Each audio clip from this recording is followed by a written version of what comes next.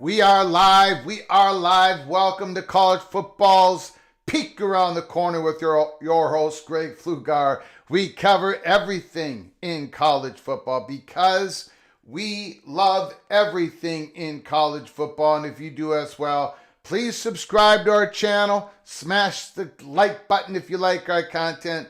Share the video with your family and friends if you want to support this college football rebel outpost with a donation. Hit the $sign where you make a comment, and I'll get to you super chat as quick as I possibly can. Welcome everybody into the studio that sits on the corner, the very corner of Keith Jackson Parkway and Kurt Gowdy Avenue. Do not be afraid. Do not be afraid to become a legend with your comments and with your phone calls later in the show. We have got ourselves a stacked show today. I'm not going to be able to get to everything. In fact, I've already pushed once again the James Madison. I've got thoughts on James Madison. There was a great article written about 4 or 5 days ago. I have not been able to get to it yet. We are going to get to it this week. But once again, I had to push that off of today's live show. What I'm not going to push off, I'm not going to push it off any longer. I'm going to be doing my way too early prediction, order of finish prediction for the 2025 SEC season. Order of finish. I got to get all these in the books during the spring practices. So heading into the summer, heading into August, I can lay down our official predictions of order of finish in the Big 12, in the SEC, in the ACC, in the Big 10, my G5 predictions. So I got to start laying these down right now, the way too early, so we can see the changes. I can explain why the changes. You can explain to me what your thoughts are in the comment section with your phone calls. So we got to start, and I've been putting this off because of all the breaking news of last week and the week before on the ACC settlement. But today, we got to be hitting the SEC real hard when we're talking about football. We're also going to be talking once again about Paul Finebaum as he blasts the candidacy of Florida State and Clemson. He says neither schools have the interest of the SEC and the Big Ten. We're going to go through, he was interviewed yesterday. We're just going to go through a short little article describing what he did say. Some of it I disagreed with, obviously. Some of it I did agree with. I've been saying for a long time that Florida State and Clemson were going to get where they need to get to when it comes to the stratification line, because they are a valuable, incredible, valuable brand, incredible fan base. But I've also been honest with everybody here.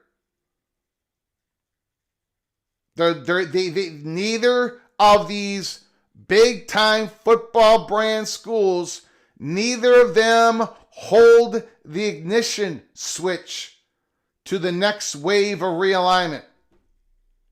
There are two locks on the door.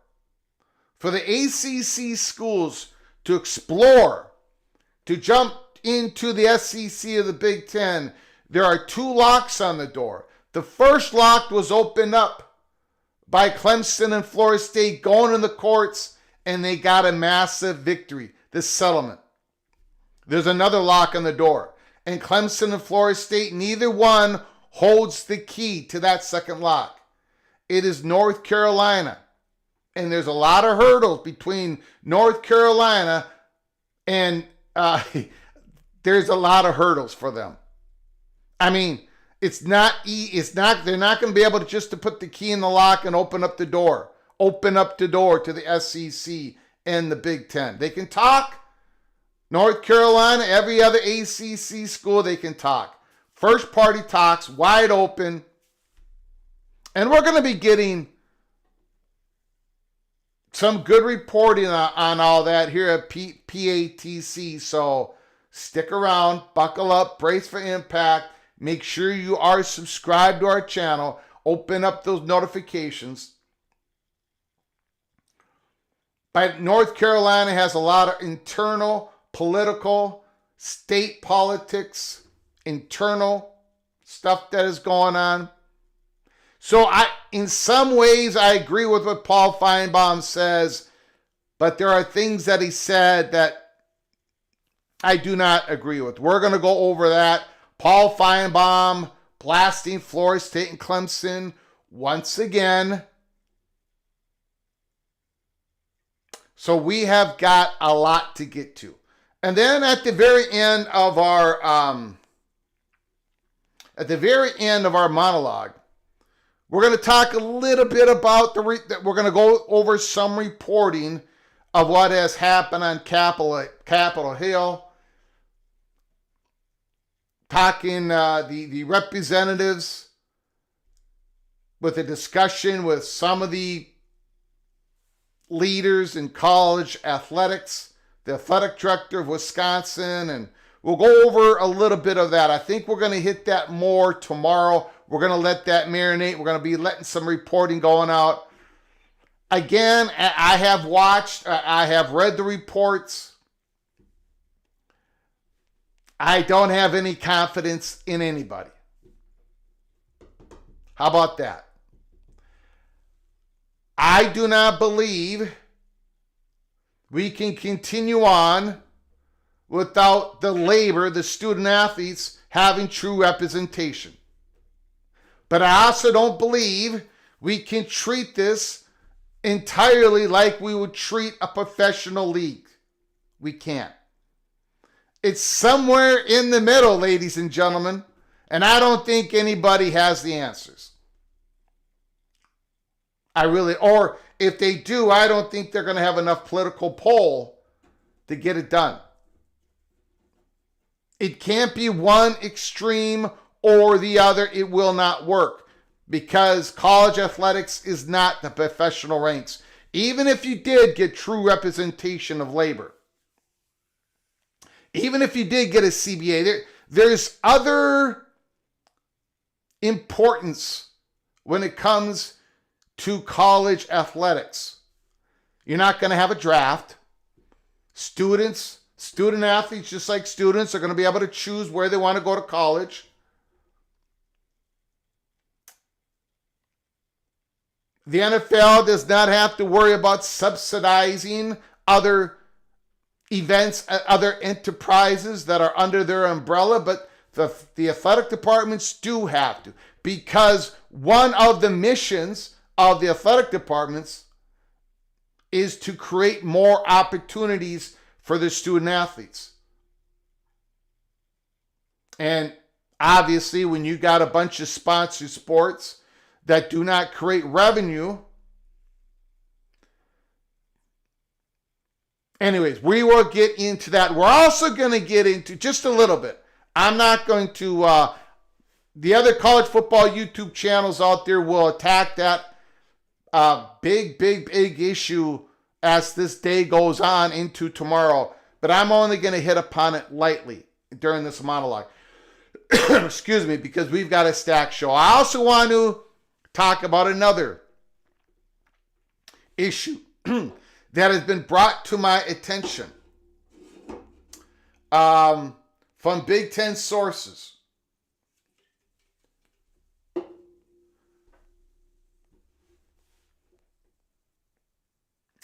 The double squeeze. The double squeeze. What is that? I did not know what that was. But there are certain Big Ten institutions and SEC institutions that are having talks within their own conference, defending themselves from the double squeeze. So we are going to talk about that, and I'm going to be using that term throughout this year, next year, the year after, the double squeeze. So anyway, we've got a absolute stack show. Let me do a roll call here first, and then we'll get into the SEC. Paul Finebaum, Chef Maul is in the house. Big Ears Bowl, Mr. Mountaineer is here. David Capusta, Mr. Mountaineer. Daniel Gygax is in the house. Holy smokes. We got a lot of people joining us for a lunchtime show. Thank you. I'm so very humbled. Thank you, everybody. Daniel Gygax, David, Big Ears Bowl, Matt, MBM, Oklahoma State Cowboy, Go Pokes, Nebraska Cornhuskers, Skaven, yes. Bob Swanger, Eric Phipps, Heelan, Florida, Caleb Ramirez, AMAC, Bill G. Kenner Bowman, Jared Jones, Heelan, FL, supposedly the Big Ten has offered North Carolina and Virginia membership whenever they are ready and pay the exit fees. I do not believe that is true. Especially the last part, to pay the exit fees. That is not true. I don't know who's reporting that. I do not believe to be true. I'm just going to put my official position out there. Christopher Mercado is in the house. Eddie George, first press conference at Bowling Green went well. Eddie George, the new head coach of Bowling Green. He wants that big rivalry with Toledo. He wants to win the MAC conference. Movie Time Blues. I figured Greg would cover the Finebaum comment. Yes. And it's nothing new. I'm going to bring it up. We're going to talk about it because I do feel that a lot of people are forgetting the reporting of last year.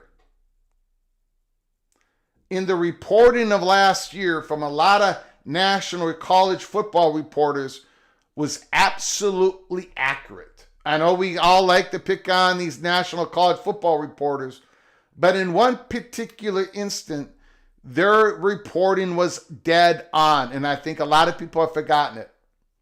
And I think it is still true today as it was a year ago, and that has Paul Finebaum's comments all wrapped up inside. Jared Jones is in the house.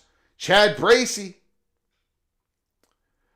Richard Brookins, Joaquin Morales, Jason Johnson, Donnie McNerney, Patrick Baylor Beer, Marcus Williams, the architect, Jago Blue, Michelle Weintraub, thanks for coming on in. Appreciate it. The almighty Finn, Jimmy is back in the house. AMAC, D5 Terps, and Mr. Cyclone, Matt Neeson. Thanks for all coming in. I appreciate it. A lot of people here early on a Tuesday during lunchtime. Now we talk about SEC football. Again, this is what we're going to do during the live show today. It's going to be a long one, so buckle up, brace for impact. We are going to be talking football. The SEC football spring 2025 preview, storylines, players, position, battles to watch. Athlon Sports, Stephen Lassan, really good article from yesterday. We're going to be talking SEC football. Then we're going to be talking about this double squeeze that the Big Ten and some SEC schools, some of the bottom brands of the Big Ten and the SEC are going to be protecting themselves against the double squeeze. Then we're going to hit the Paul Finebaum comments and then what happened in Congress today. Again, Stephen Lassan, Athlon Sports, SEC, way too early pre-spring prediction. How many SEC teams make the playoff in 25? Lassan says Texas, Georgia, LSU, Alabama. He's got 4. Wood also has 4, but he differs on one. He says Texas, Georgia, Alabama, and South Carolina, not LSU. Okay, so my way too early college football predictions, if I can find them here, only had 3 SEC teams in my way too early predictions. Now, that is probably going to change, right? Most likely is going to change. But I've only got 3 coming from the SEC and 3 coming from the Big Ten. Spring practice is the first chance to view how all 16 teams in the SEC stack up for the 25 college football season. And as always in the nation's best conference, there are plenty of storylines, position battles, coaching situations, all to watch for. Although the SEC is now in a 2-year drought for national titles, optimism is high entering 25.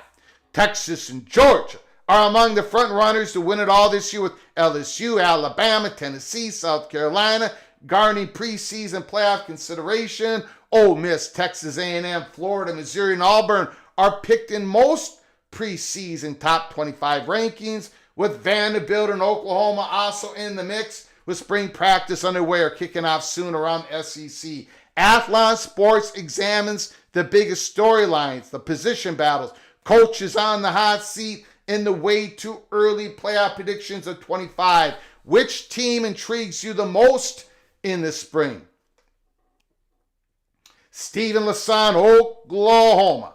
The Sooners should have one of the best defenses in the SEC, with Coach Brent Venables on the hot seat, taking over the play calling duties. However, climbing the SEC standings will hinge on how the offense improves behind the key hired offensive coordinator Ben Arbuckle and the transfer quarterback Johnny, the real Johnny football, John Mateer. The combo averaged 36.6 points a game last season at Washington State, but face stiffer tests ahead in the SEC. Oklahoma should have a better luck in the injury department along the offensive line and the receiving core after both groups were decimated in 24.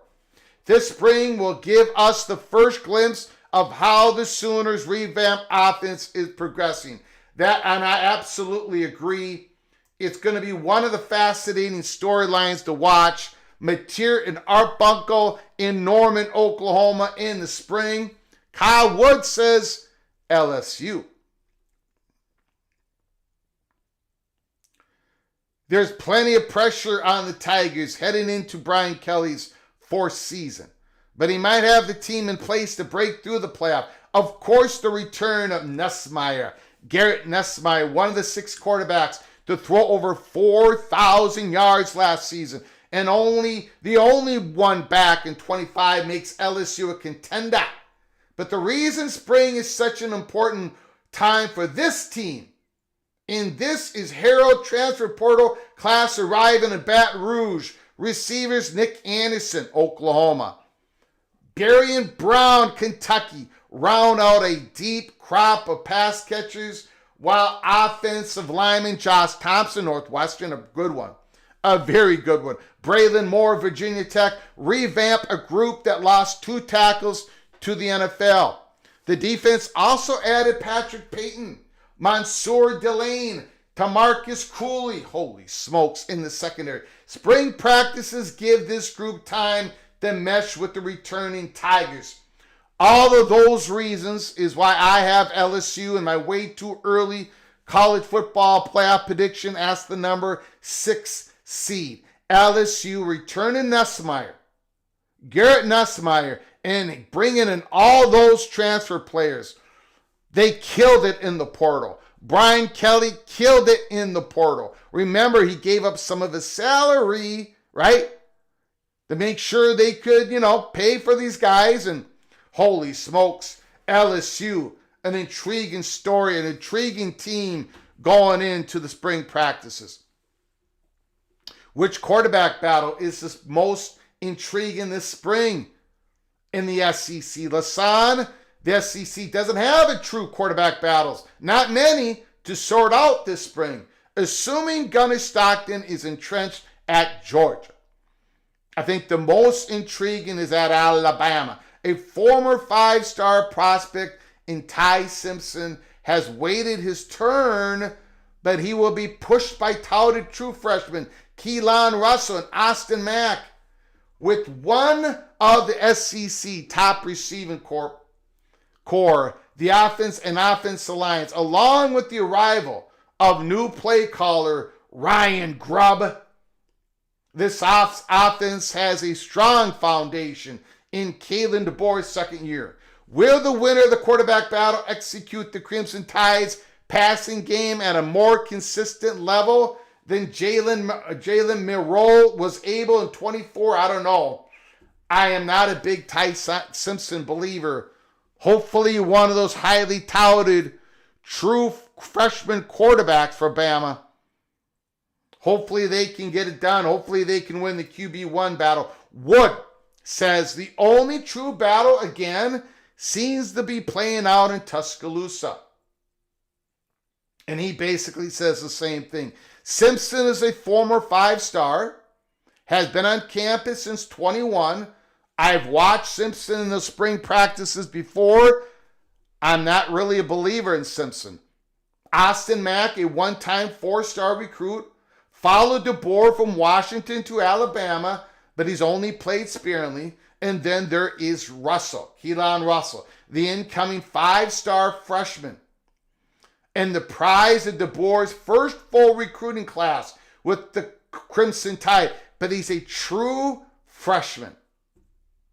I don't know if Mr. Russell is ready to be a quarterback in the SEC. It would seem Simpson has the early edge to be throwing passes to receivers Ryan Williams and Jeremy Bernard in the fall, but a lot can change between now and week 1.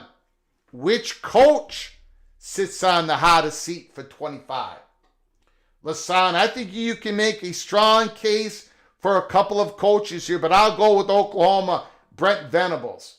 We don't have to go through his statistics. I think everybody can agree that Brent Venables is on the hot seat. He's taken over the defensive coordinator calls.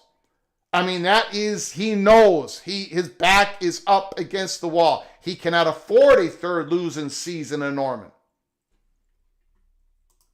Wood says Hugh Freeze and Sam Pittman would do well to make bowl games this season, and Billy Napier needs to build on last season's momentum. But again, Brent Venables is the only answer to the question, who in the SEC is on the hot seat? Losing seasons are not the norm in Norman, and the Sooners have 2 and 3 years under Venables. Holy smokes. Okay, that's enough about Brent Venables. Which transfer are you most intrigued by this spring in the SEC? Lasan, Jackson Arnold at Auburn. I would agree, because I think he's got a pretty good wide receiving core at Auburn. He did not have that at Oklahoma. I'm intrigued by Jackson Arnold.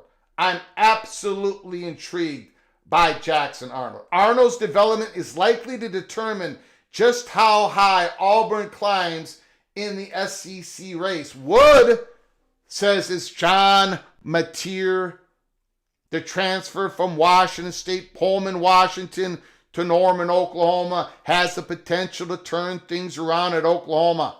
After a breakout season at Washington State, Arbuckle and Mateer going from Pullman to Norman is a big, gigantic storyline coming into the spring practice, going into the season. Which coordinator change are you watching this spring? Lasan, I've already mentioned. Arbuckle, Oklahoma. Brian Grubb, Alabama. What about the offensive coordinator? Mike Shula? New South Carolina OC Mike Shula, promoting Shula from an off-field role to play caller.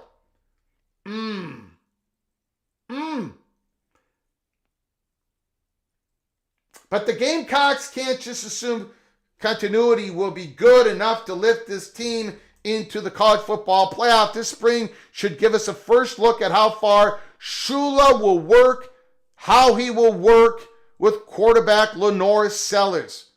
Is Lenore Sellers going to get to that next level? Along with the team's growth along the offensive line. That offensive line was better than what we expected last year. They're supposed to be even better this year. Wood, talking about coordinators, Grubb is reunited with the DeBoer at Alabama. Dovetails nicely with the intrigue surrounding the Crimson Tide's quarterback room. We've talked about that previously. With the talented receivers already in place, Grubb's work with a largely inexperienced yet talented group of signal callers will be something to watch over the coming months. And again, it is what's stopping me from taking Alabama back into the playoffs. I got to see it to believe it when it comes to the quarterbacks in 25. I don't think the true freshman is going to be ready. I don't think Simpson's going to be the guy. And I don't know about Mack, to be honest with you, the transfer from Washington. Name 3 additional storylines you want to learn more about in the spring practice. Lasan, I'm interested to see if LSU's defense makes any progress in coordinators Blake Baker's second year. Also, Georgia returns only 7 starters for 25. Which new faces emerge as the next stars in Athens? And finally, what is the buzz? What's the buzz coming out of spring for Texas A&M quarterback Marcel Reed? I'm a little down on Marcel Reed. I'm really starting to question if he is the answer in College Station. The Aggies improved their receiving core, though the portal through the portal to give Reed more weapons. And the early returns this spring will give us a better insight into how this team stacks up. Wood talks about Bo Pribula, and he should. Pribula was very useful for Penn State on his path to the playoff, but he'll be the full-time passer for Missouri. Not just a gadget player. How will Eli Drinkwitz set Pribula up for success, especially with the departures of Burden and Weiss? My goodness. On the heels of Kentucky's worst season in a decade, Mark Stoops brought in one of the largest transfer portal classes in the conference. With this many new faces, especially along the offensive line and the skill positions, help one-time SEC quarterback Zach Calzada bring the Wildcats back to a bowl game? I'm going to say no, I don't believe it. I've got Kentucky second to the bottom in my way too early predictions. Drops plague Georgia's receiving core in 24. Will transfer portal receivers Noah Thomas, I do believe in Thomas, and Zachariah Branch, I'm not a believer in Branch, elevate Stockton in his first year as the starter? Pick a pre-spring dark horse team to watch in 25.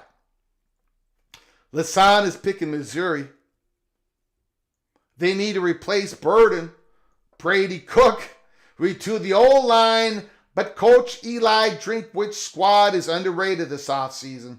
The Tigers have won 21 games over the last 2 years and could have one of the SEC's top defenses thanks to the return of 7 starters.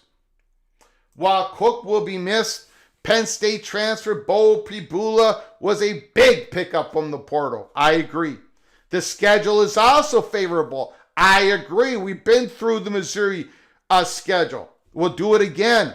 The schedule lays out perfectly for the Mizzou Tigers.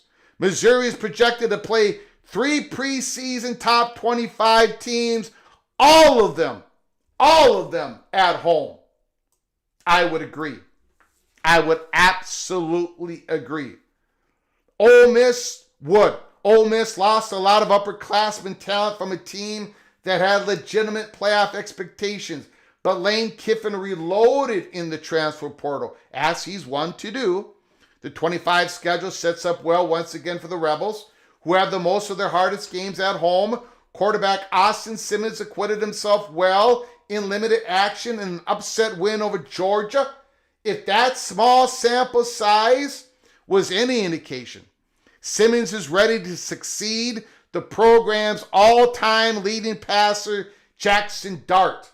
Another 10-win season isn't out of the question for the Rebels, especially if their defensive portals additions hit. Again, you're going to find out in a moment here, I'm not a believer in Ole Miss this year.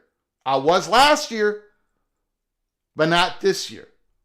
Again, my mind can change, especially when I see Simmons in spring practice. We'll see the reports coming out of spring practice. And then finally in this article, which 5 conference matchups are you most excited for in 25? Lasana says, I'll take Bama in Georgia, September 27th. Tennessee at Bama on October 18th. Alabama at South Carolina. LSU at Alabama. Bama. And Texas at Georgia. Wood says, I agree with Steven on Bama and Georgia. Tennessee and Bama. And Texas at Georgia. I'll also add South Carolina at LSU. Texas A&M at Texas. Excuse me. So that is the article. I just wanted to go through storylines, dark horse picks, games to watch. There is a lot of young quarterbacks in the SEC. You know, if one of those guys should pop in spring, summer ball, and then head into the SEC conference schedule, and they're way ahead of schedule, right? Like they are playing like a second year, third year guy. Well, you know, then Who knows, right? Our predictions, my predictions could be way off. By the way, talking about predictions, let's get to it real quick. We're not going to spend much time on this as well because we've got a stacked show today, but we had to get this done. No question about it. We had to get this done. Now, wait a second here.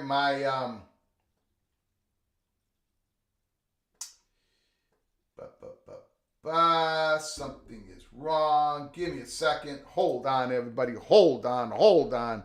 Okay. So this is my predictions. Way too early SEC predictions. Order of finish. Texas number 1. Of course, I've got Texas number 1. I've got Texas winning. Winning it all, baby. Winning it all. And Arch Manning, I am driving the hype train. I am the conductor. Number 2, Georgia. Now, I got a lot of questions on Georgia.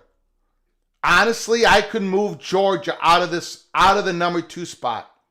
By August, I could have Georgia number 3 or number 4. I want to see Stockton play. They got a whole bunch of new guys in that receiving core. Thomas, good. Branch, I don't know about Branch. He disappointed me last season at USC. Number 3, LSU. I might move LSU to number 2. I got a feeling that the Tigers, that Brian Kelly is actually going to be ready this year. They might lose the opener, but I think LSU is going to make the playoffs. Number 4, South Carolina. Mike Shula, Lenore Sellers. That is a big storyline. Lenore Sellers was a whole lot better than I thought he was going to be last year. The offensive line, a whole lot better than I thought. They're going to be even better offensively this year than last year. The question marks is going to be on the defensive side. We'll get more into that as the offseason goes on. But I got South Carolina, number 4, knocking on the playoff door. Number 5, Florida. They're the big movers. Legway, you got to like that guy, man. DJ Legway, off the field, he's doing some impressive stuff. Donating his NIL money to women's athletics. This kid, he's got a lot of good things going for him. Mr. Legway, Florida. I think Billy Napier is going to win more this year than he did last year. He's going to keep his job. Gainesville gaining some momentum. Number 6, Alabama. Again, do not have them in the playoffs again. The spring practices leading in the summer. I got to watch that quarterback battle. Number 7, Texas A&M. I want to have them higher. But I'm not quite sold on that quarterback. Number 8, Missouri. They could be jumping here. Missouri is, quite honestly, is my dark horse team. Them in Florida. I might fall. Look, remember how I fell in love with North Carolina State? And of course, when I fell in love with North Carolina State, that means I actually buried them. They had no shot. I've got the same feelings for the Missouri Tigers this offseason. I'm going to be watching them very closely. Bo Pribula, I think, is the real deal Holyfield. The schedule lines up perfect. So I've got Missouri number 8 because I still got questions, but they could be the big mover going into August. I might have them jump to number 5, number 4, number 3, number 9, Tennessee. You are not the only 10 I see. I got you at number 9, Tennessee. I think you're going to fall this year. I think without Sampson, I think Tennessee is about to slide back just a bit. Number 10, Oklahoma. It's going to be an exciting year. It's going to be an exciting year at Norman. The real Johnny Football, John Mateer, Arbuckle. Oklahoma, they've lost all their wide receivers. They brought in some. I still only can have you at number 10 until I see more. Number 11, Auburn. Again, Jackson Arnold going to have some couple of receivers. Again, I got to see it to believe it, but I got to make sure that I do not go on or against Auburn early in the season.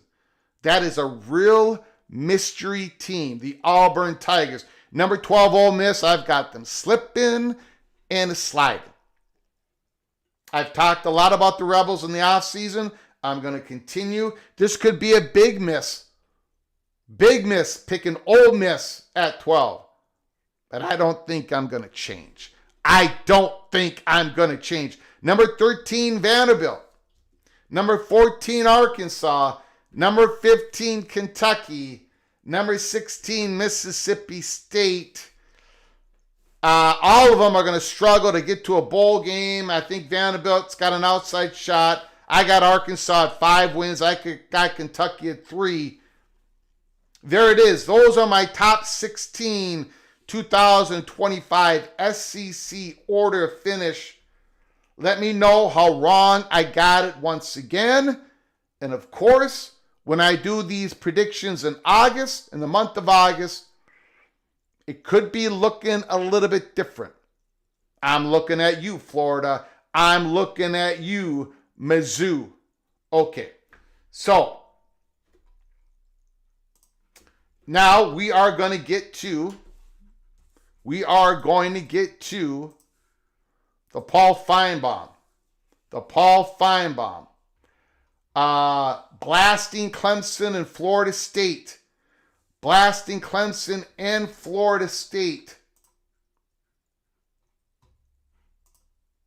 As expansion candidates for the Big Ten and the SEC. He's done this before.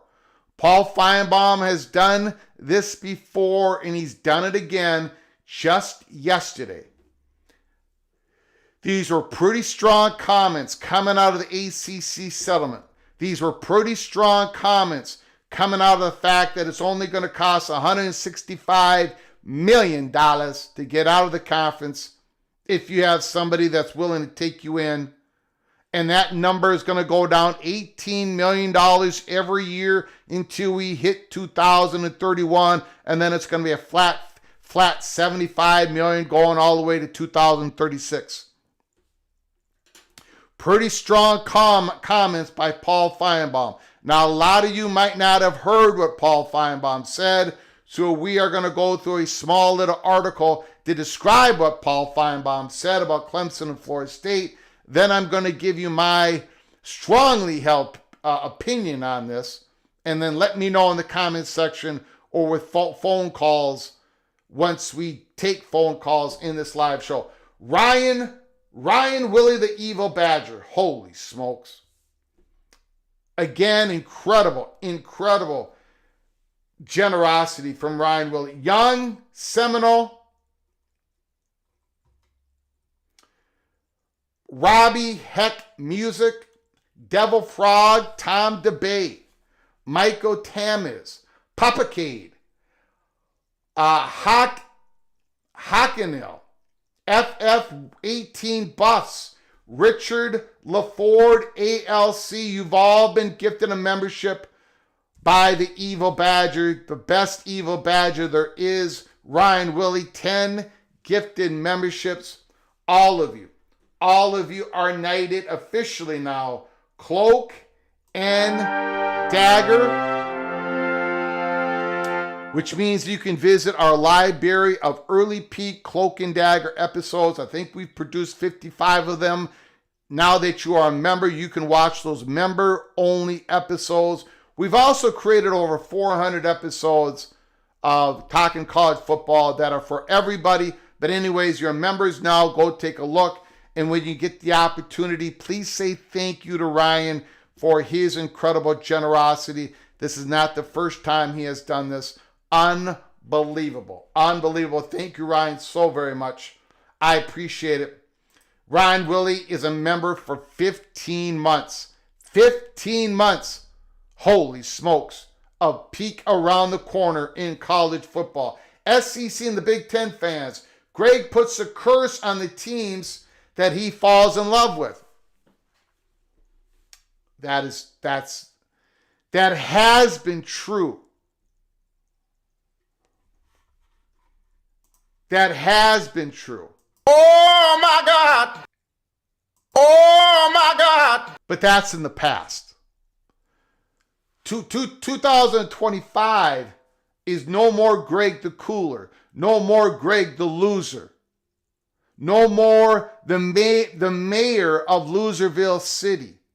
This year in 2025 is Greg the Gold. Evil Badger, Ryan Willie. So if I'm falling in love with your team, you should be happy. You should be very, very happy in 25. And I'm starting to fall in love with the Missouri Tigers.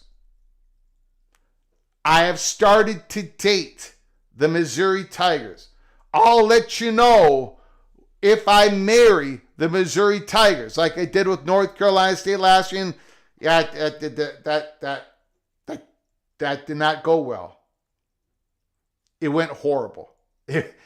It was devastating to North Carolina State. But it ain't gonna. If I marry Missouri Tigers, all is good for Mizzou. Trust me on this.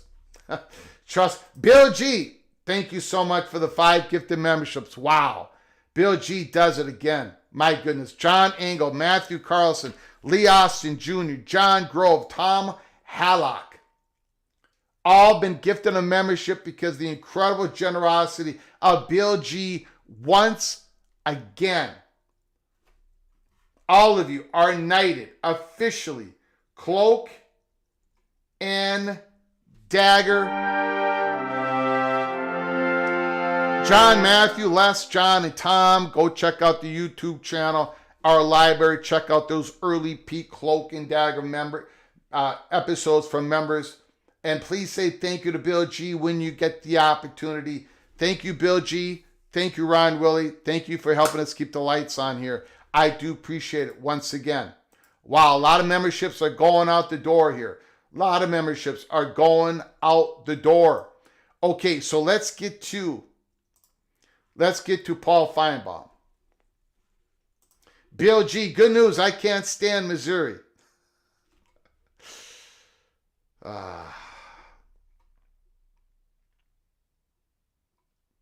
Where is my... Oh, there it is. Numbskull News. Mizzou is about to get cold feet.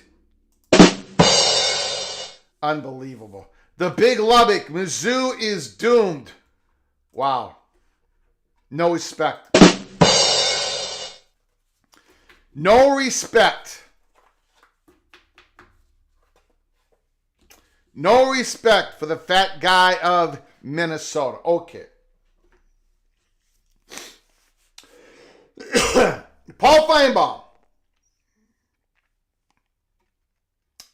And then we'll go Paul Finebaum, and then we're gonna talk about the double squeeze.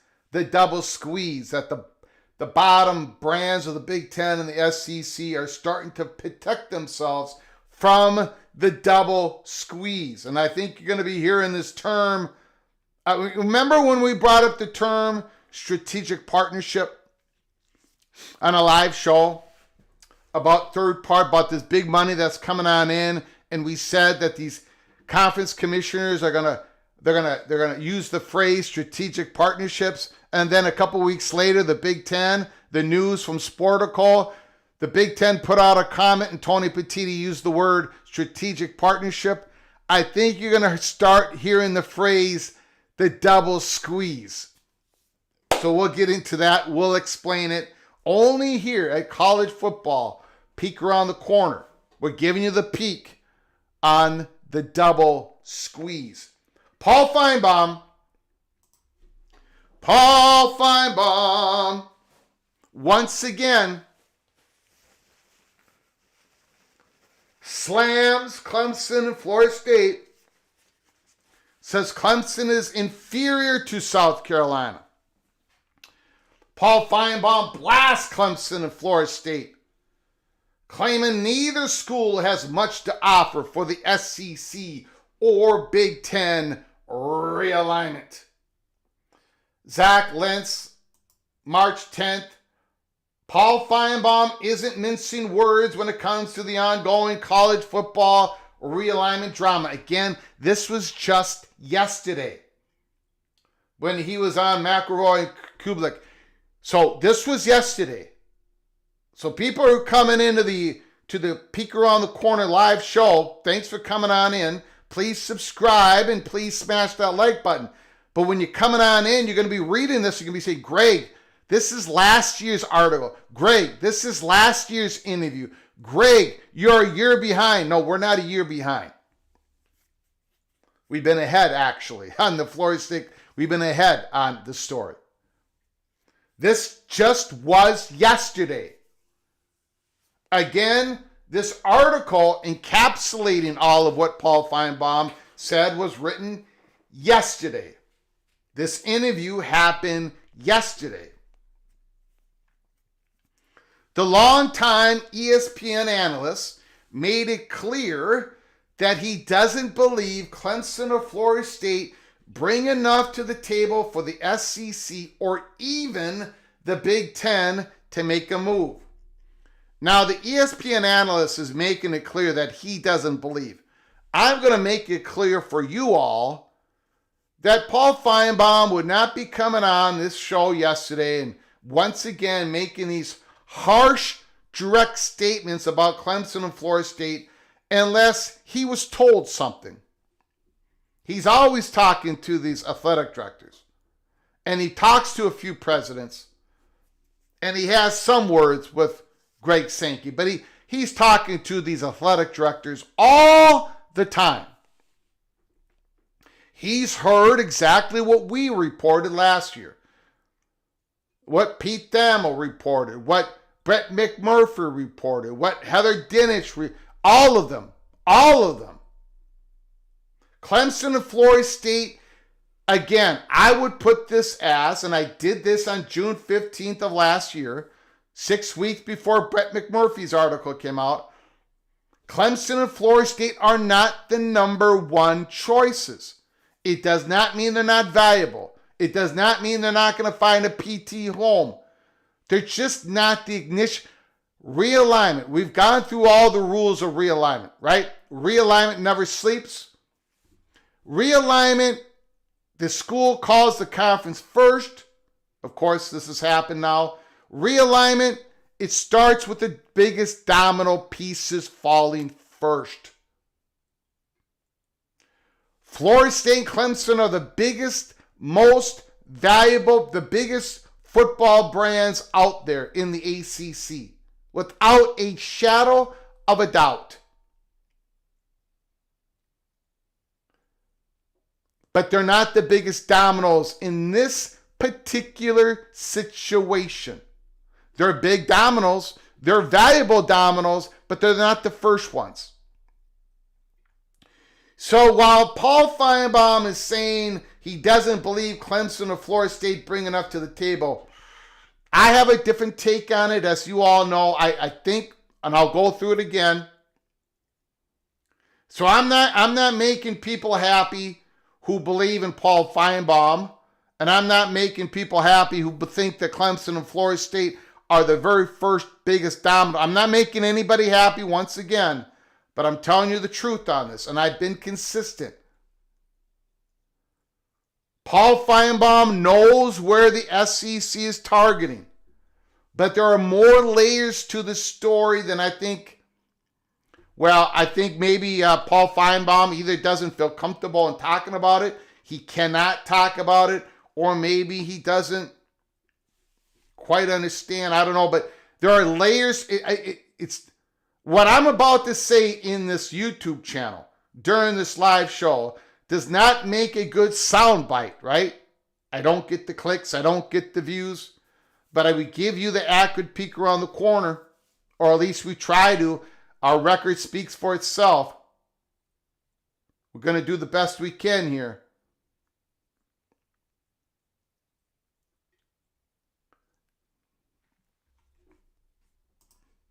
If you look at what the SEC has done in recent years, again, Paul Finebaum, they just went out and got Texas and Oklahoma, the premier state schools, and that's important to remember, Finebaum said. North Carolina is a standalone. It's the preeminent university, but it also has good athletics, and it used to have good basketball. Virginia doesn't have that, but it is a brand, not much of a brand. I mean, overall, it's not much of a brand. And if you're sitting with 16 SEC presidents, they would much more likely gravitate to North Carolina and Virginia, who I also believe are drafting partners, to use a NASCAR term instead of Clemson and Florida State. The word state was cut out here, but it is Florida State, not Florida. Okay, first of all, Paul Finebaum says the 16 SEC presidents, they would much more likely gravitate to North Carolina and Virginia versus Clemson and Florida State. I agree with that. I have given all the reasons for it, and I've been talking about this for a very long time. The student apocalypse, the virgin country of North Carolina, Virginia, the 16 SEC presidents would much more likely gravitate to North Carolina and Virginia. And those presidents have spoken, they continue to speak. Brett McMurphy's reporting was accurate.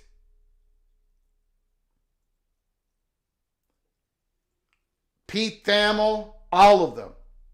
This is what is being told constantly.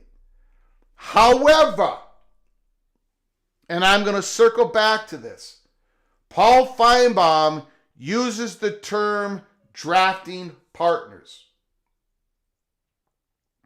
Virginia and North Carolina are going to be drafting each other. That's a NASCAR term. One car hides behind the other. So one car, the leading car, will take all the wind, and that will save up on fuel for the car behind.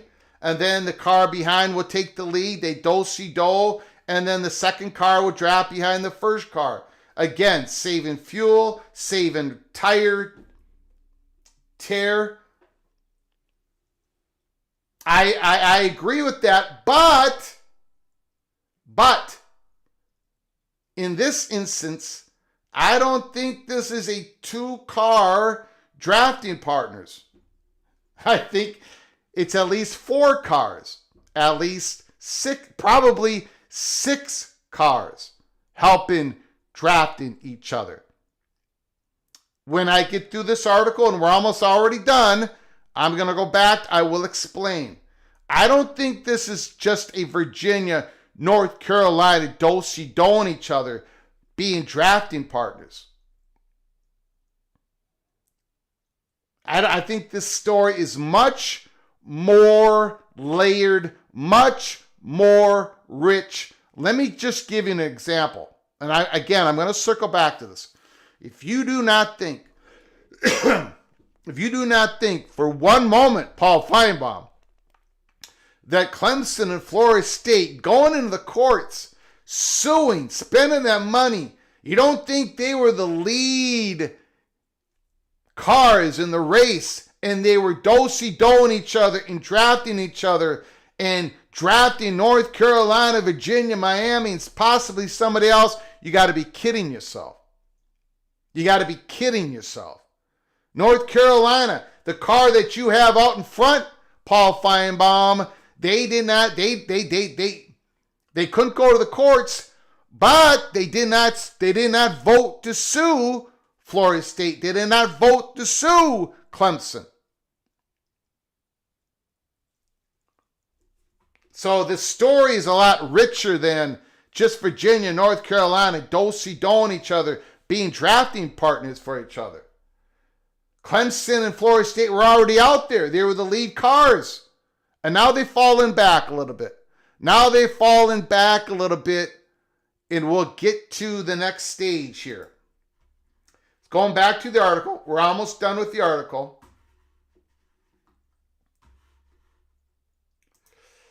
Finebaum's take is a direct shot at the two most storied football programs in the ACC, schools that have been at the forefront of the realignment rumors for the last year, with both Clemson and Florida State actively looking to escape the ACC's restrictive grant of rights agreement. Speculation has run rampant about their potential landing spots. The prevailing wisdom has been that SEC or the Big Ten would be the most likely destinations, but Finebaum isn't convinced either league would be interested. For all their football prowess, and they are the last two ACC teams to win a national championship, they don't offer very much in anything. Finebaum claimed Clemson is an inferior to South Carolina as an academic institution. And then you have the same situation with Florida State. They are behind the other state schools as well as private schools in Florida. So I don't think either one of them has much to offer. And quite frankly, I'm not sure why the Big Ten would want either one of them. So Paul Finebaum speaking a little bit about the Big Ten. I'm not sure why the Big Ten would want either one of them. Now again, the Big Ten's math on Clemson and Florida State are completely different than SEC's math on the two schools. Remember, the SEC has a Florida in the state of Florida, has a South Carolina in the state of South Carolina. So again, let me get back to the drafting, the NASCAR.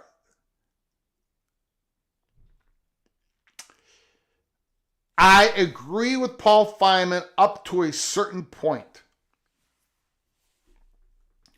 Clemson and Florida State now look, and again, unlike Paul Finebaum and a lot of other people, I will come here and I will take the big L if this doesn't turn out to be true. Okay? But I've been consistent on this. I've been strong on this. Clemson and Florida State they're not the biggest dominoes. They're not the biggest domino piece. It's North Carolina. However, they could be grouped into that big old domino piece of North Carolina. They could fall at the same time. There are a couple of options here, ladies and gentlemen. A couple of different options. North Carolina is going to be the school that the SEC is going to be talking to the most. Of all the ACC schools, it's North Carolina. Same with the Big Ten. I'm not going to spend time in this live show going back over all the reasons why. There are a lot of people disagree with me, continue to disagree with me. That's fine. I'm okay with that. Disagree all you want. I'm just telling you everything that's been told to me for a long time, and I've been delivering the same message to you. It's North Carolina, North Carolina, North Carolina. If you take the Notre Dame piece out of it, which we're doing right now. If North Carolina goes through a year process where they're talking to the Board of Governors, secretly or in public, and I hope it's in public, and they find some way, they talk to the SEC, and they get a full freight on the pro rata and whatever they need to do to satisfy the North Carolina State piece of this. And somehow we get to a North Carolina has gotten the approval for the Board of Governors. Again, we're doing all this speculation. I just want to get to a certain point of the story here. And North Carolina is ready to go, and they're taking Virginia with them, and that's what the SEC presidents want. At that point, a Clemson and Florida State, then I believe, and people that I talk to believes, becomes viable for the SEC to do. At that point. Once the SEC has got their hooks into North Carolina, and Virginia, or North Carolina State if that has to happen, but I think it's going to be North Carolina, Virginia. Once the SEC has their hooks into them, then suddenly it opens up for Florida State and Clemson. Because what Florida State and Clemson does offer the SEC, after they get North Carolina, State of Virginia, after the SEC solves a lot of their internal issues, the student apocalypse, North Carolina, Virginia, expanding the footprint, rubbing elbows with North Carolina, Virginia, the international students that the SEC presidents believe they'll be able to attract because of the addition of North Carolina, Virginia, the two preeminent institutions in the state of North Carolina, Virginia, the two most populous states that are out there that does not have either a Big Ten or SEC team in the state, on and on and on. And all those reasons why, if North Carolina, Virginia, if the SEC gets their hooks into them, then Florida State and Clemson can become valuable to the SEC for a couple of reasons. But the biggest reason, so the Big Ten does not get into Florida State and Clemson. That the Big Ten does not grab these two monster football brands. They're big fan bases that are willing to travel up to Penn State, up to Rutgers, up to Maryland. Fan bases that are willing to go to the Midwest. Fan bases that are willing to go to Los Angeles. These two huge fan bases, not to let Fox Sports into the state of Florida other than UCF with the Big 12, part of the Big 12 deal. Not to get Florida State, not to get Clemson as part of their top tier games. Then the value of Clemson and Florida State to go to the SEC goes up if the SEC gets North Carolina and Virginia first. And the way now again, speculating here, but whatever the SEC does, whatever they decide to do, whatever they can get done. Now, some of it, they're at the mercy of the Board of Governors of North Carolina. Okay? Not everybody holds all the cards here. There's a lot of political cards that are being held by a lot of politicians, even in the state of Virginia, between Virginia Tech. But if the SEC gets what they want in North Carolina, Virginia, they're going to make one move. I think they're going to make one move. If they got North Carolina in Virginia, if they got their hooks in them, then I think there's a big, stronger possibility that they try to get their hooks into Clemson and Florida State. So Paul Finebaum is talking about a world in which it's North Carolina and Virginia. They're the number one targets for the SEC. The world that I sit in, that I talk to from people, and I've been saying this for a long time, agrees with that. But I do not agree with the second part. I think that's, we talked about those two locks that are on the door. The first lock was unlocked by Florida State and Clemson winning the battle, that ACC settlement. The second lock is controlled. The North Carolina has the key, but they can't put the key in the lock because of all these political issues. I think Florida State and Clemson are hoping, are praying that a deal gets done between North Carolina and whoever comes with them, with the SEC, because that is going to open the door to Florida State and Clemson. The reporting of last year was accurate. Pretty much, a lot of people told me it was junk. A lot of people told me that I was crazy when I had Petiti and Sankey leave the Holy Smokes Theater. When I said that Florida State and Clemson was not the number one targets, but they were big and great brands, and they're going to get to where they need to get to. People did not understand what I meant by that. I tried to say it over and over and over and over again.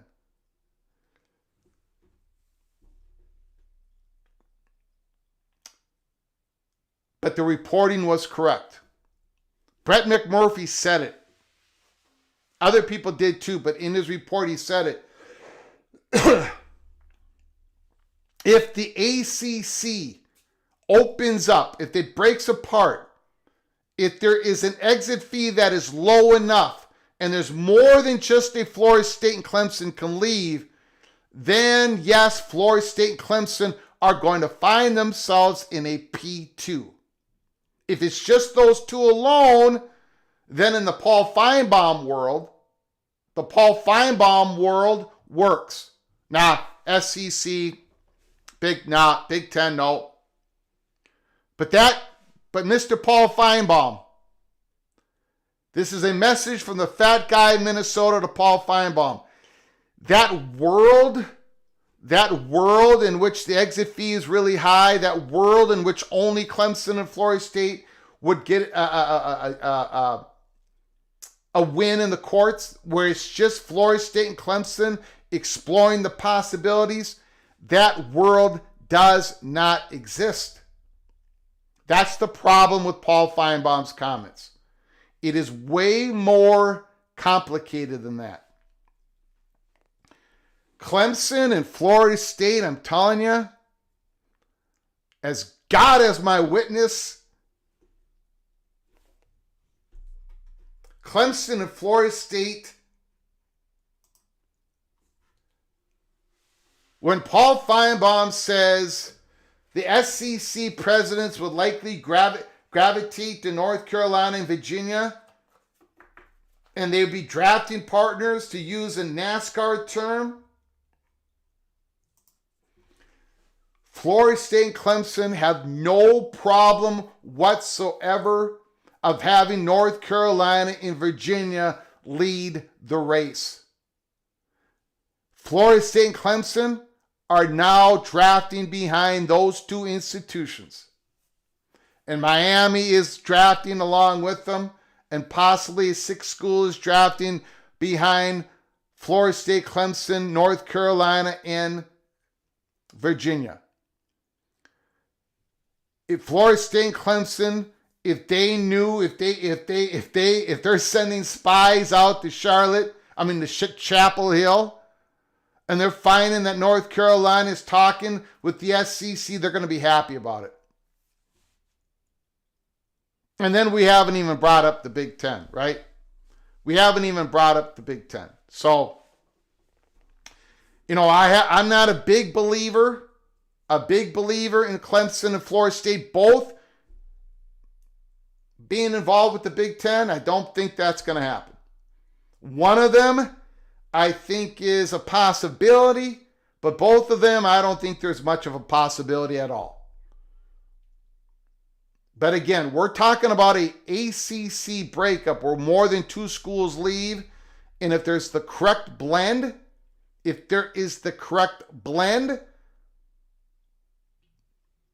where one of those two schools, Clemson and Florida State, can, again, using that NASCAR term, draft do-si-do with another school in ACC, let's say in Miami, then the possibilities go up. But the first domino has to fall first, and that is the North Carolina domino. And when does it fall? It's impossible to know because of North Carolina's political situation in the state of North Carolina. But I think internally at North Carolina, because again, Bubba Cunningham, there's a lot of, you saw all those stories about the hiring of Bill Belichick, right?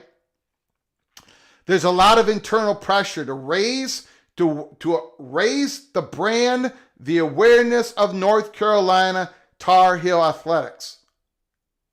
That same pressure is going to be pushing Bubba Cunningham and everybody, the President Lee Roberts, to talk to SEC and the Big Ten. The pressure is going to be there. And now they got to go to the Board of Governors. Now, let me get to the next part.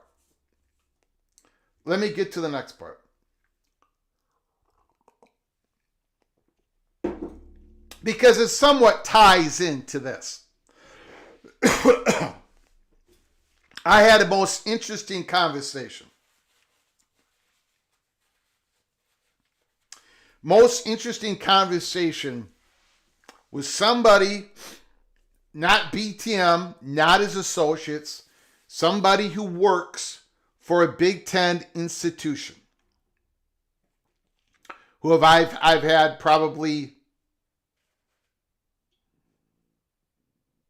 50 conversations with over the last 5 years. 10 conversations a year. That seems right. And the person has told me about the double squeeze. That there's already talks internally. Now, you've seen reports on this, right? You've seen reports. You've seen all these college football reporters talking about how, there's going to be unequal revenue sharing in the Big Ten and the SEC. There's going to be a minimum investment number set that everybody in the SEC and the Big Ten, they're going to have to pay for this. They're going to have to invest this much money, or they could find their way out of the conference. You've been hearing these college football reporters just revving up, like Dennis Dodd and others. This Big Ten official, a person who works for one of the Big Ten institutions, told me they've had these conversations. And what the bottom of the SEC, the bottom brands and the bottom of the Big Ten brands, what they have been talking about in the open, in these Big Ten meetings with Tony Petitti, is we are going to protect ourselves from the double squeeze. In other words, the double squeeze is this. If we're going to have unequal revenue sharing beyond you eat what you kill, beyond this Big Ten success initiative, if we are going to do unequal revenue sharing based upon brand value or viewership, if we're going to do that, if you're going to squeeze us in that department, you are not going to squeeze us in telling us that we have to spend a certain amount of money up and over the rev share cap. In other words, every Big Ten, every SEC team, all these athletic departments, they understand that they've got to hit that rev share number at some point. Most of them will probably do it year one, possibly all of them.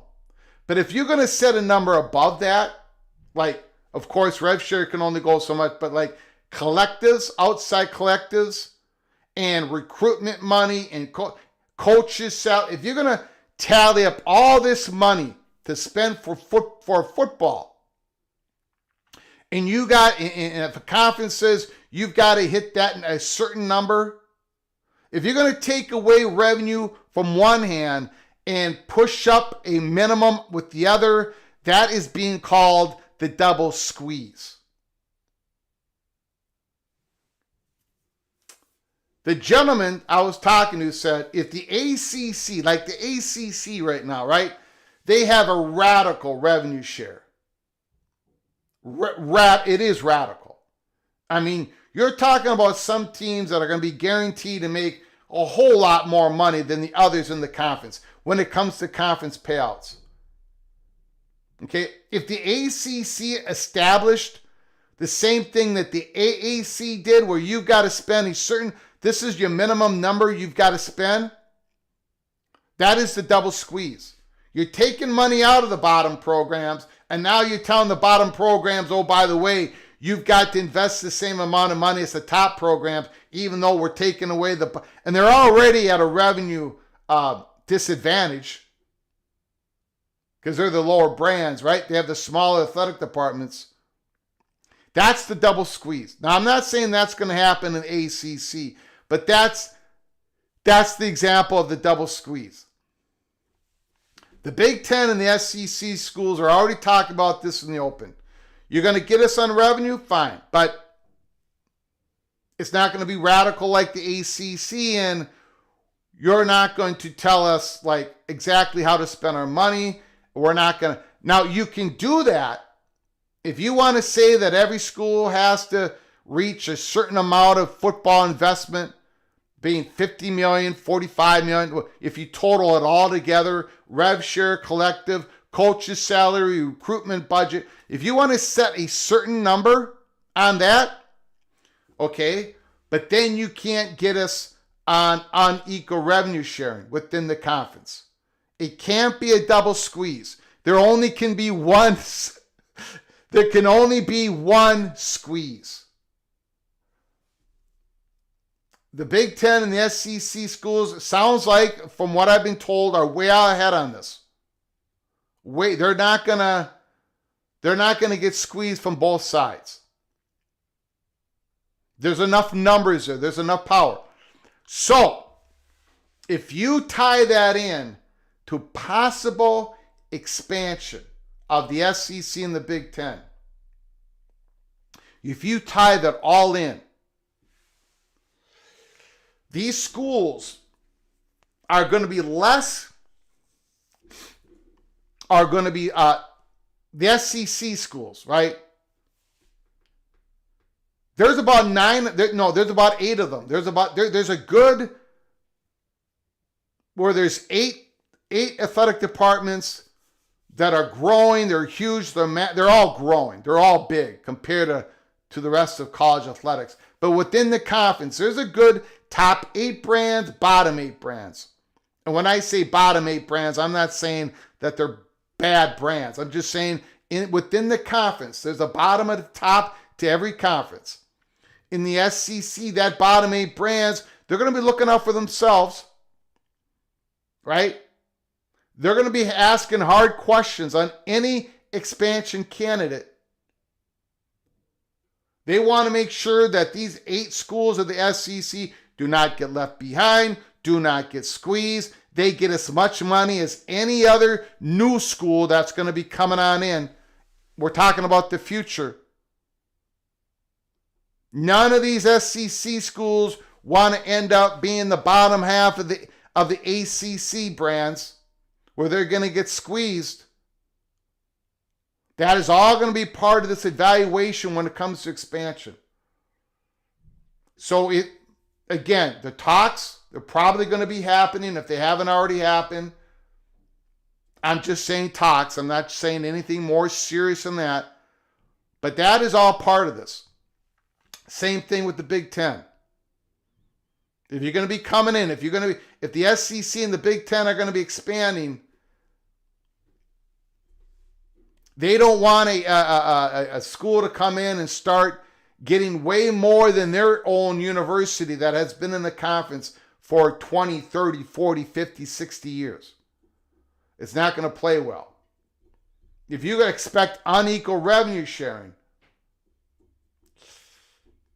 Anyways, I just wanted to bring that up. The double squeeze is being talked about in that term. Schools are already defending themselves within the conference. We'll see how that all plays out. Daniel Gorby.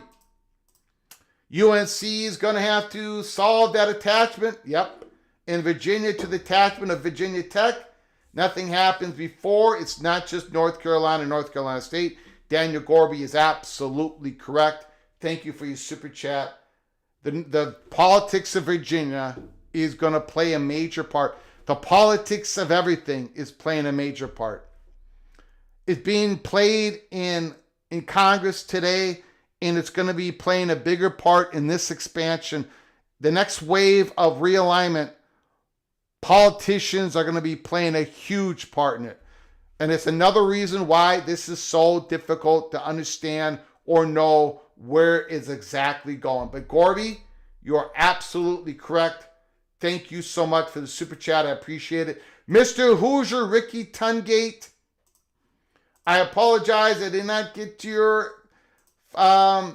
your 5 gifted memberships earlier. My bad. Daniel Gorby, Tuffy Duffy 27, Rob Allen, Mark Bowman, and Noah Ramirez were all gifted a membership. All 5 of you are now Cloak and Dagger Early Peak. Cloak and Dagger official. It's official. Go check out our membership only episodes and Daniel, Tuffy Duffy, Rob, Mark, and Noel. When you get an opportunity, please say thank you to Mr. Ricky Tungate, Mr. Hoosier. That's what he's called here at PATC. Thank him for his generosity, continued generosity. Thank you, Tungate. Thank you for all your help, for all your support. I do appreciate it so very much. P-Lit, North Carolina connected with state is tighter than the Virginia schools. Finebaum is leaking info that has already been decided.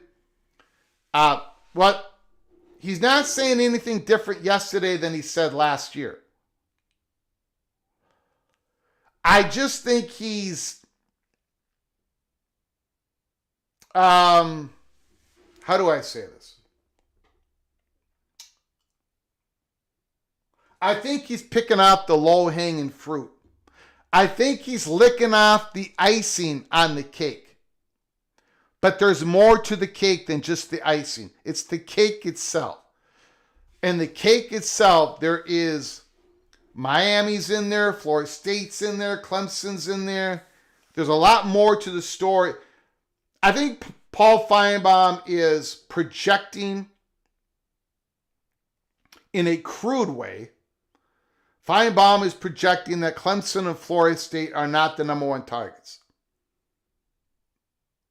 And that is what I would agree with.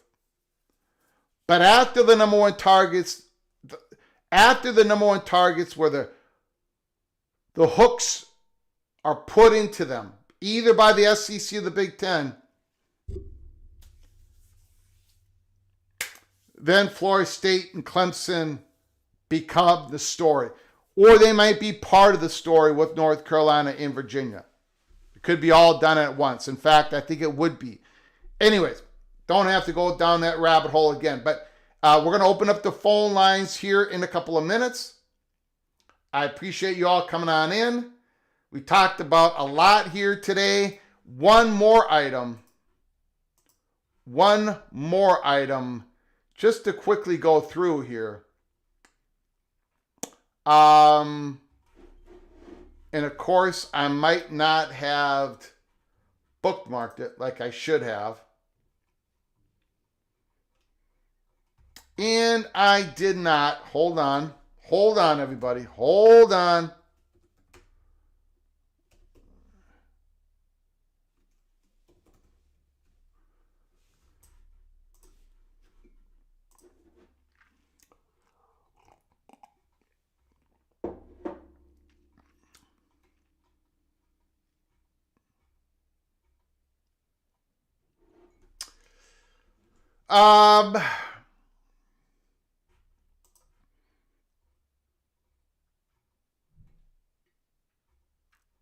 You know what? I think I'm gonna go ahead and skip that because the monologue's already been an hour and a half long. We'll let other people talk about what's happened in Congress today.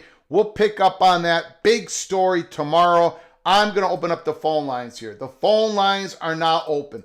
763-260-1333, 763-260-1333. And let me once again just go through quickly. College football's peek around the corner. Way too early.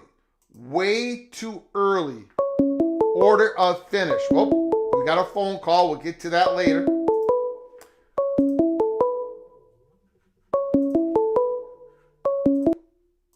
From Rick. Rick is on the line. Go ahead, Rick. The floor is yours. Hey, just searching for an update on 4 little items. Item number 1, the 442211 playoff. Item 2, the Big Ten SEC scheduling agreement. Item 3, 9-game schedule in the SEC. And item number 4, the play-in for quarterfinals, semifinals of the Big Ten in the forthcoming years. All those planes have been refueled in the air. They keep getting refueled as they have not landed, but they haven't gotten back to the original place that they took off. But there's a reason why they haven't landed. Yeah, the reason is, well, so I think the number one reason is because the SEC and the Big Ten are making sure they're listening to their legal counsels. So I think they are playing this the way their legal counsels want them to play it. Get input, get everybody involved, talk to everybody, let them say what they want to say, Big 12, ACC, and then eventually when the legal counsels say, okay, you can start making some decisions on the 26 format going forward, then I think we're going to see that 4-4-2-2-1, which is going to open up the SEC being able to open up a 9-game conference schedule because they're going to have some security, right? And then they can do the Big Ten SEC scheduling because of the 4-4-2-2-1. And then then the last plane is, now we can do the playing game. I think it all starts with the legal counsel saying, okay, now you can cement what you guys want to do. Makes perfect sense. How much does the kerfuffle with the ACC factor into this? In other words, are they trying to maybe sort out the availability? And when I say they, I mean both the SEC and the Big Ten. Are they trying to juggle those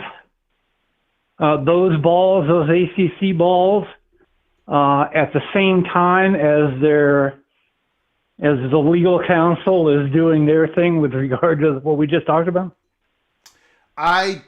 If I had to guess, and it would be a guess, I would say no, it doesn't. I don't think what happened in the ACC has anything to do with the 4 planes that are still in the air. Why I believe there is a very good chance of a new realignment wave happening involving some of those ACC schools before the 5 years. Why I'll believe that there's going to be a lot of talking going on. I do not think that we're going to see anything of importance, anything solid happening in the next wave of realignment anytime real soon. You know what I'm saying? I think we're going to get through this off season. We got this House settlement. We got the first wave of rev share. And how does the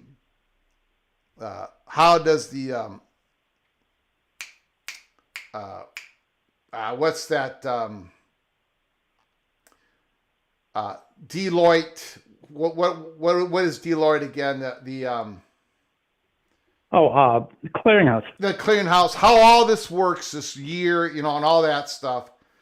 And then maybe next off season, we might. I think it could happen early, but I'm not a believer it's going to happen. This next realignment wave is going to happen early. You know what I'm saying? So I don't think that affects these planes that are in the air right now. Very good. Thank you very much for the update. You got it. Thanks for the call, my man. Appreciate it. Rick, beautiful call. Asking great questions. Unfortunately, once again, I have no great answer.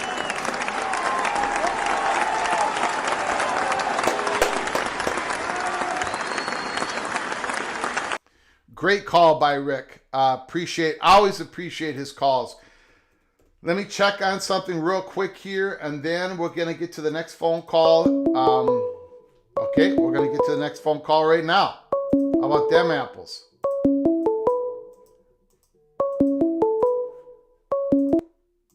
From this Evo Badger. Hello. Yes.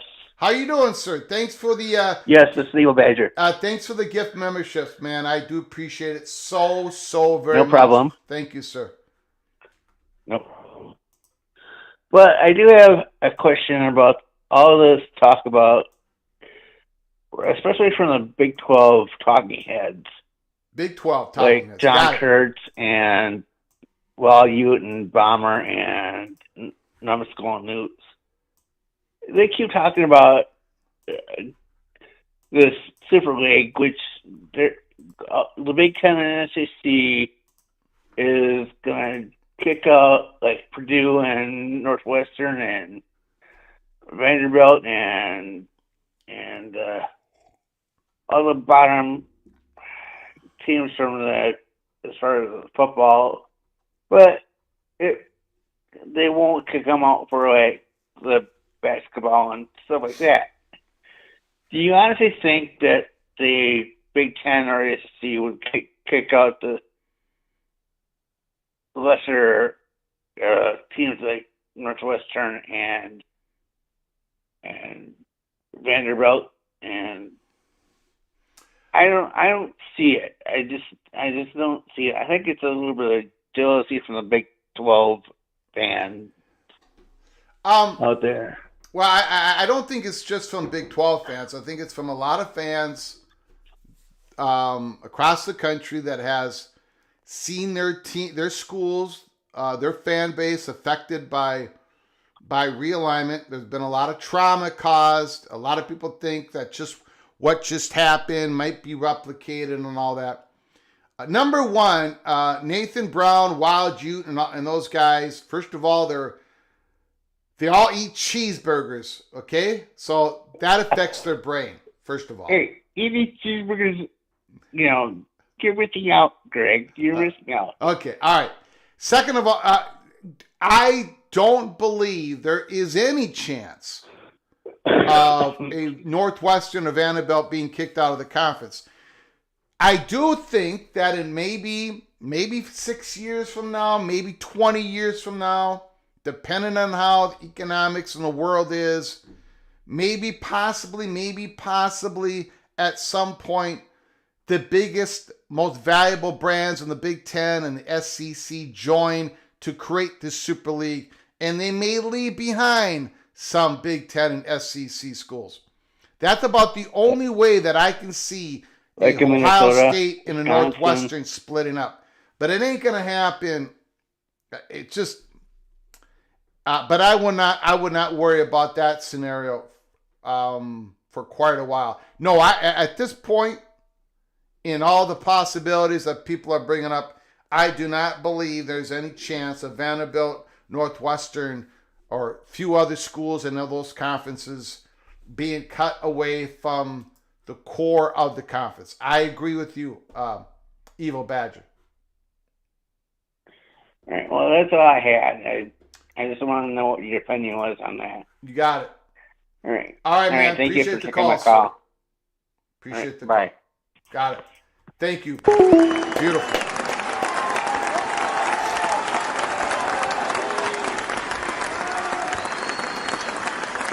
Great call by Ryan Willie Daniel Gygax. Hey, we love cheeseburgers at the College Football Mafia. That is the problem, Gygax. That is the problem. That cheese, you don't need to have it on your meat, and it affects your brain. But look, there are believers in the Super League. There are believers in the Super League. I don't happen to be one unless it's the SEC, unless it's the Big 12 ACC getting together, which I don't think is going to happen, because I think Yormark has his eyes set on future Big 12 expansion, and I don't think the Big 10 and the SEC are going to combine with each other to break away anytime soon. Maybe 5-6 years from now, maybe 20 years from now. But I don't. Yeah, no. Well, let me. The question is, Greg, have you never had a Juicy Lucy? Yes, I had one. I did not know what it was when I had it. It was a goof. People were playing with me. This was years ago. I mean, this was when I was a young, skinny man. No. I had one.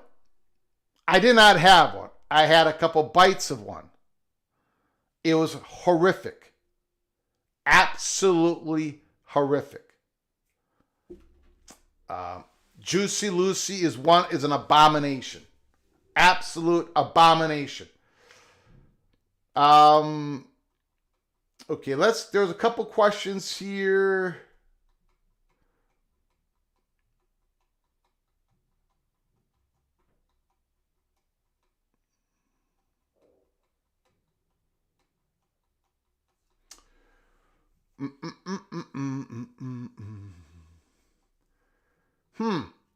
I know there's a good question here, and now I've lost it.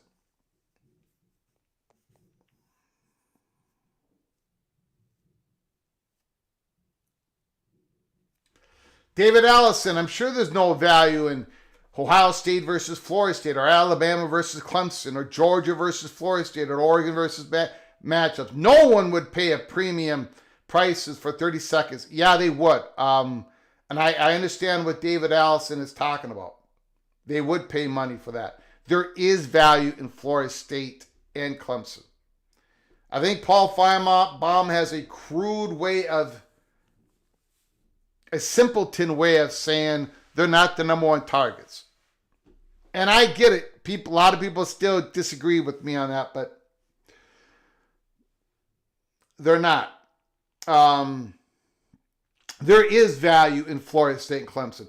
And it's not just about the 30-second ads. Think about Florida State and Clemson being in the SEC, for example. Think about the increased pressure on ticket sales, in-stadium ticket sales, when you've got Seminole fan base traveling to other SEC stadiums, or you've got fans from other SEC traveling to Tallahassee. Same with Clemson.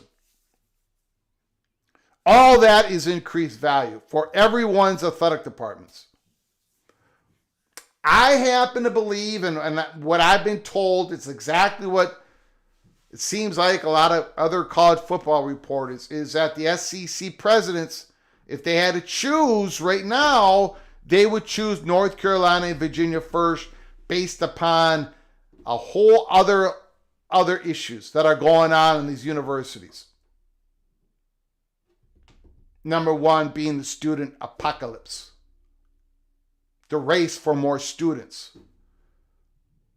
It's declining everywhere in the country, but North Carolina, Virginia, it's not declining. The high school population is exploding. Soon, the college student age is going to explode in those states, and everyone wants to say North Carolina's SEC country, Virginia's SEC country, state of North Carolina's Big Ten country, state of Virginia's Big Ten country. So there's a lot of other issues that are going on. I just happen to believe, and I don't think Paul Finebaum, either he doesn't describe it, again, it's a good soundbite, right? Clemson and Florida State offer no value, neither Big Ten and the SEC. I don't think that's true. I know that's not true. It's just not the first. Paul Finebaum is like the voice of the SEC. He doesn't want anything. He likes to say things in black and white. Why we here at Peek Around the Corner, there's layers to this, and I want to be most accurate when I'm giving you the information. So, Paul Finebaum has been told, and again, I don't want to be sued. I'm alleging this. It's going to be accurate, but I'm alleging this. Paul Finebaum has been told the same thing that Pete Thamel's been told, Brett McMurphy's been told, Heather Dinich has been told, Dennis Dodd has been told, Ross Dellinger has been told, the fat guy from Minnesota has been told. The SEC's number one target is North Carolina. This is Paul Finebaum's way of not making it clear. Making like a soundbite, making it like, no. Florida State, Clemson, no. It's North Carolina. But I think there's different ways to do it without, I don't think you have to blast the value of Clemson and Florida State because they have great value. Again, the important part of this story is North Carolina, the number one domino, When it falls, it might fall exactly at the same time as Clemson and Florida State being a part of the North Carolina situation with the SEC. Or North Carolina could fall alone with a partner, with a Virginia, and now Clemson and Florida State has got what they want. Even if they're not going right away with North Carolina to the SEC, now Florida State and Clemson are going to get where they want, where the top domino piece has fallen, and now they are the lady who's looking for, they're the Cinderella that's looking for the shoe to fit. Now they're the ones that everyone's going to want to talk to first. Either way, but it's North Carolina that has the next key to that last lock on the door. Hopefully I've explained it. Morris Simmons, Florida State to the Big Ten. Ryan, Willie, Greg, you've never had a pizza burger as a kid. I probably did. It was probably horrible, and that's probably why I don't mix cheese and meat together. The only exceptions to the rule is Parmesan chicken. Parmesan doesn't, it actually lifts the flavor of the chicken if done correctly. Chicken Parmesan, okay. Turkey and Swiss, okay. Everything else, not okay. Eat the cheese with crackers. Eat the cheese. Grilled cheese is good. Cheese is good. Meat is good. But hardly ever should they ever be together on your plate of food. Nachos, good. Cheese, but don't put meat in it. Tacos, good. Don't put cheese in it. You are correct, Paul Varnell. I spoke to someone on the business operations side of Texas. They echoed the sentiment on UNC, Virginia, Florida State, and Clemson. UNC and Virginia is what the presidents want. First. But if the Big Ten comes and somehow takes them away, and I don't know how that would happen right now, SEC has a lot of advantages over the Big Ten right now. They got the pro rata clause. Big Ten doesn't. Big Ten has got Oregon and Washington out there being have a half. They're being paid half, right? So what are you going to do? You're going to bring in North Carolina, Virginia as full members and keep Oregon and Washington at half? You're going to bring North Carolina, Virginia at full freight and then uplift Oregon and Washington at full? That's a whole lot of extra money. A whole lot of extra money. SEC has the advantage over the Big Ten right now in getting what they want. It doesn't mean that the Big Ten's doors are shut on any of these top targets. I don't think that's necessarily true, but the SEC has the advantage. I got to tell you, and that's what the chatter behind the curtain believes as well. Paul Weevil, I don't think UNC will be taken off the board first due to the NC State's politics. If Florida State and Clemson go first, it may put pressure on the Board of Governors to release North Carolina without North Carolina State. That the second half of that's logical. But again, if Florida State and Clemson go first, alone first, like without North Carolina and another school, I would be absolutely shocked from everything that I've heard. And I would take the big L on this program. A massive L on this program. Now, Florida State and Clemson might go with two other schools, right? We've been talking about that in this live show. Maybe with North Carolina and somebody all at once. But for Florida State and Clemson to go alone into the Big Ten alone or go to the SEC alone first, I do not see that happening, honestly. All those reports have been true. All that reporting has been true, in my opinion. Again, a lot of people disagree. Go ahead and disagree. I'm good with that. Ed D, you've seen the AC settlement agreement. Florida State and Clemson are going to benefit from the television ratings they generate. North Carolina, Virginia generate G5 level ratings. Maybe, again, another possible incentive for North Carolina to get something going with their Board of Governors, right? North Carolina has seen a gap between themselves and Big Ten institutions when it comes to revenue. North Carolina has seen a gap between themselves and SEC institutions, Big Ten and SEC institutions when it comes to revenue created by the athletic department. Now North Carolina, most probably, right, in the next 3 years, are going to see a gap created between North Carolina and Florida State, North Carolina and Clemson when it comes to ACC payouts. Because Florida State and Clemson are going to get the viewership numbers. I mean, look at it. It's already built in. Florida State and Clemson are going to be playing. Clemson's going to be playing Notre Dame every year. Florida State's going to be playing Notre Dame 2 out of every 3 years. Miami, same thing. North Carolina is not part of that scheduling agreement. North Carolina is going to be playing Notre Dame less. North Carolina is going to be playing Florida State, Miami, and Clemson less because of the scheduling agreement between Notre Dame, Florida State, Clemson, and Miami. Now, North Carolina should see a bump in viewership with Belichick. No question about that.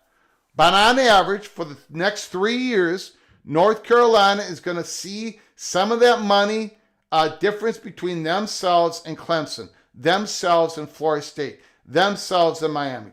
And they've got to have this projected. They got to know this.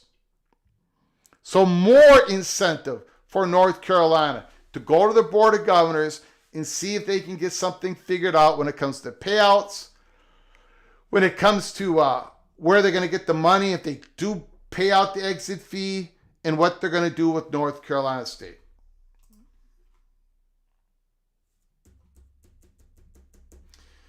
Greg, get ready to take the big L. I'm always ready. I rarely ever do it. I'm always announcing, but we shall see. Okay, I want to get back to something real quick here, just to go through it real quick. We did the PATC, college football PATC.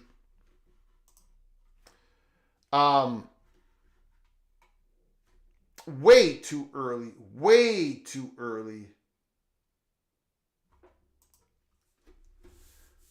Order of finish prediction in the SEC: Tennessee number 1, Georgia number 2, LSU number 3, South Carolina number 4. And I said Georgia is the one that's up there that I could see dropping in my order of finish prediction. I could drop them to 3. I could drop them to 4. Maybe I could even drop them to 5, depending on what I see with Gunner Stockton, depending on what I see with their wide receiver core going into spring camp, summer camp. Number 5, Florida. Alabama, number 6, looking for that quarterback. Is it going to be Simpson? Going to be Mack? Number 7, Texas A&M. Again, not quite sure on Reed, the quarterback. Number 8, Missouri. I think the Mizzou Tigers are the one here that can make the big jump into the top 5, into the top 4 going in August. If I hear what I like out of the reports out of Missouri. Number 9, Tennessee. I think they're going to slide back. Oklahoma, going to be exciting, but I don't think they're going to finish in the top half. Number 11, Auburn.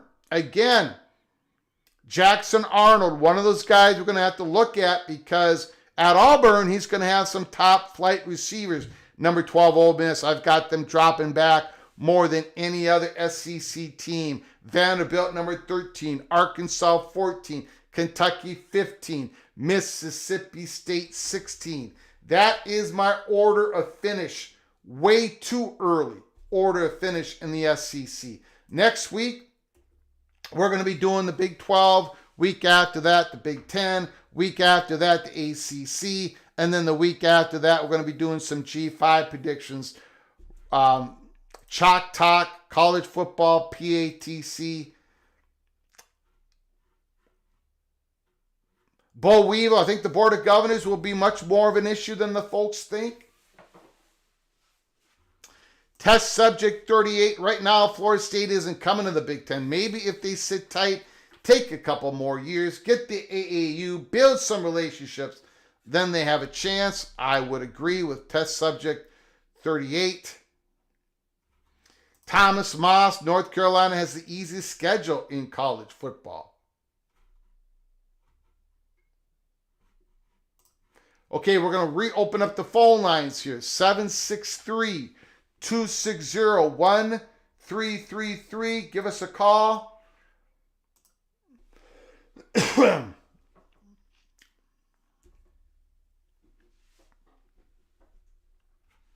The almighty Finn. Has anybody ever thought of this? North Carolina leaves to go wherever, and Florida State and Clemson stays in the ACC, and then the ACC caters to those two top brands, and turn the ACC gets turned into a football conference. Great comment, almighty Finn. People that I've talked to have talked about that, right? We'll take Paul Finebaum's, all of his words, and we'll just say he's accurate about everything. Florida State and Clemson will never have a home in the SEC. Will never have a home in the Big Ten. They stay in the ACC. North Carolina might leave. Virginia might leave. Miami might leave. Georgia Tech might leave. Academic, whatever, blah, blah, blah. The problem with this scenario is it's going to catch up to the ACC. If you've got Florida State and Clemson running it all in the ACC, when you've got them bringing in all that extra money and everyone else is taking less, if there are two schools that get all the viewership, what happens in their next media rights deal in 2036? When most of their conference games are not going to have a Florida State game, Florida State or Clemson. And now you've lost to North Carolina. You've lost to Miami. You've possibly lost to Georgia Tech. Under this scenario, where it's, again, I think the conference withers and dies under that scenario for what Florida State and Clemson wants. From John. John, go ahead, sir. The floor is yours. Yeah, Greg, I was wanting to find out if the teams happen to leave the ACC, those penalties that they pay to leave the conference, are those paid out, say, up to 2030, or does that go to 2036 between all the teams?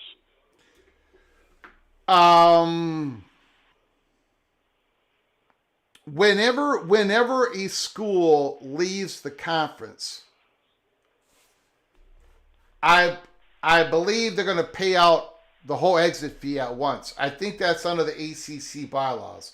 I'll put that up on the screen. We'll go over that in a little bit here. I have it up on the screen right now. Now, you're saying that money's going to get paid out to their members through 2031 or through 2036? That's your question? Right, because it was saying to me if they did that, they stretched it out, the teams that were remaining would be more inclined to stay a little bit longer to receive that extra payout.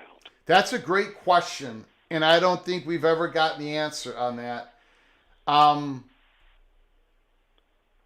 do not know. I believe now. If you look at, I got up on the screen here, withdrawal of members.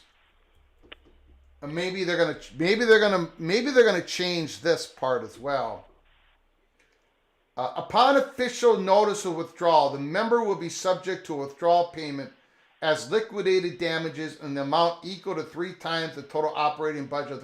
They're going to have to change this because that's going to change next year when the price drops $18 million. So I'm going to take that off the screen. That is all null and void. That doesn't. That's not part of what we're talking. I do not know the answer to that question. It is a great question because if you're distributing that money equally,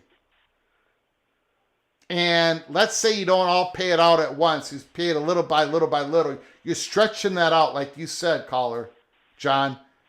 That could make some of the, that could change the evaluation, the risk benefit of staying or leaving. Not only especially not only if you have the chance to go to the Big Ten or the SEC, but I'm looking at like a Louisville, right? A Louisville. If North Carolina and Virginia would leave early in this 5-year period, and they're both paying, let's say 100 and what would it be? 147. Take the next number. They're both paying that out. If that money is being distributed yearly throughout the whole conference, and Louisville is getting a good $5 million a year for a couple more years, they stretch that out, then Louisville might not jump. They might not even look at possibly jumping to the Big 12. Something like that as well. Great question. I don't know the answer to it. I got one more here. I wanted to find out, let's say that UNC, Virginia, Florida State, and Clemson do happen to leave. Let me make sure I got my list here. Do you think there'd be like a possibility that maybe the NC State and Virginia Tech would back away from the legal issues with the promise of wherever those UNC or Virginia went to, with the promise of coming later, having a spot available to them? And I'll let you answer, and I'll drop off so somebody else can call. You got it. Appreciate it. Okay, buddy. Great questions. Fantastic questions.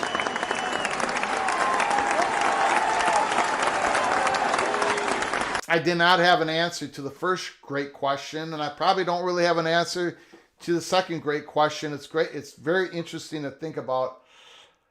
I do not know. I don't know if a promise gets it done. I'm trying to, and I wish I had it saved. I'm going to have to go look back, but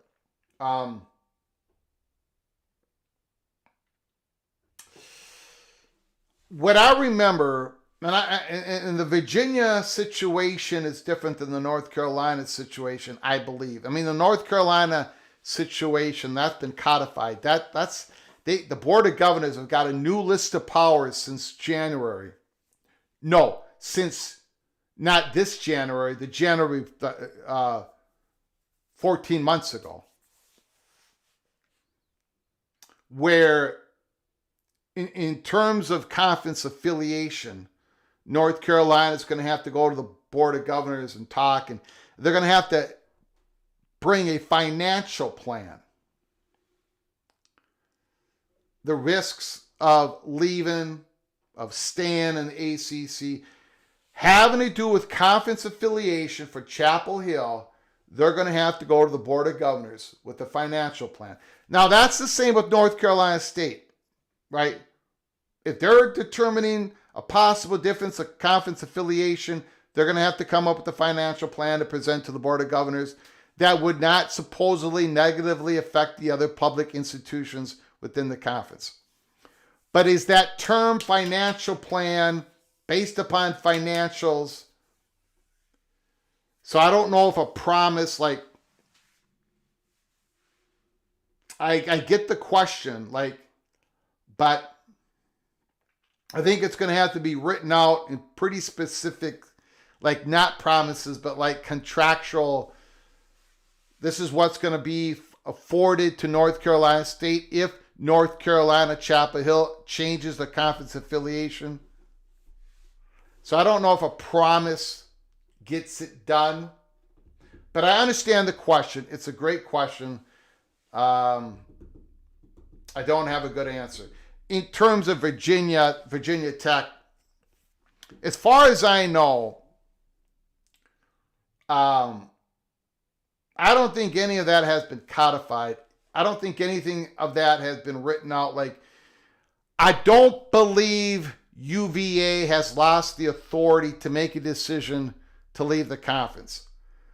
But I'm not also naive to think that Virginia politics was not going to have a place. I mean, the last time we really did a deep dive on the state of Virginia, the Attorney General of the state of Virginia was a Virginia Tech Hokies guy, and he said it out in public.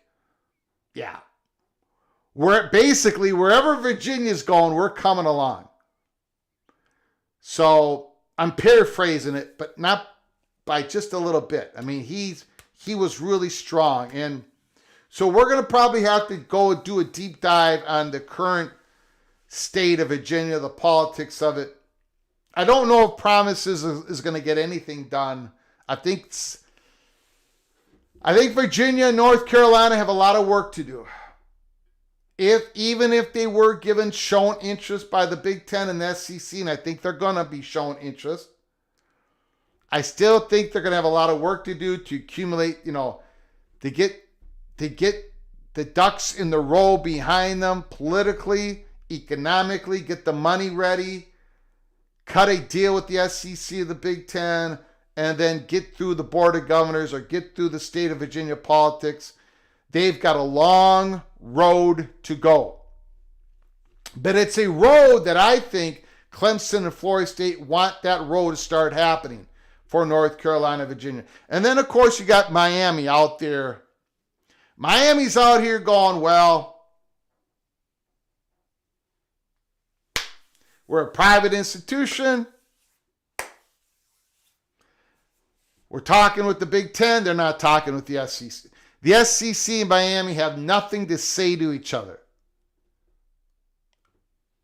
That's my opinion, which is probably the consensus out there. So with Miami talking with the Big Ten, it's like, well, we can make this decision on our own. We're AAU. You Big Ten presidents voted for us to become AAU. Oh, well, we have no problem coming in with a Georgia Tech. We would have no problem probably coming in with the Florida State. We would have no problem coming in with Clemson. Miami provides the right blend for some of those institutions. So Miami is one of those wild cards out there. Wild Big Ten wild card. Something that we're going to have to keep an eye on as well. I want to thank everybody for joining us here on a Tuesday lunchtime live show. A lot of people came and joined us. I'm very humbled by that. Thank you so very much. I want to thank everybody who has donated to this Rebel Outpost channel, helping us keep the lights on. Ryan Willie, holy smokes. Bill G once again. Mr. Hoosier once again. Ricky Tungate. Daniel Gorby, thank you so very much. And again, Ryan Willie with the pizza burger comment. Yes, I've had it. I did not like it, and therefore meat and cheese should not mix. Thank you for all your donations. Thank you, everybody, for the great comments. I do appreciate it. We covered a lot today. We've covered the PATC way too early SEC order of finish prediction. We covered the double squeeze. If you missed it, go back and watch it. The double squeeze, Big Ten and SEC programs, some of them are protecting themselves from the double squeeze. And we talked about Paul Finebaum blasting Florida State and Clemson once again.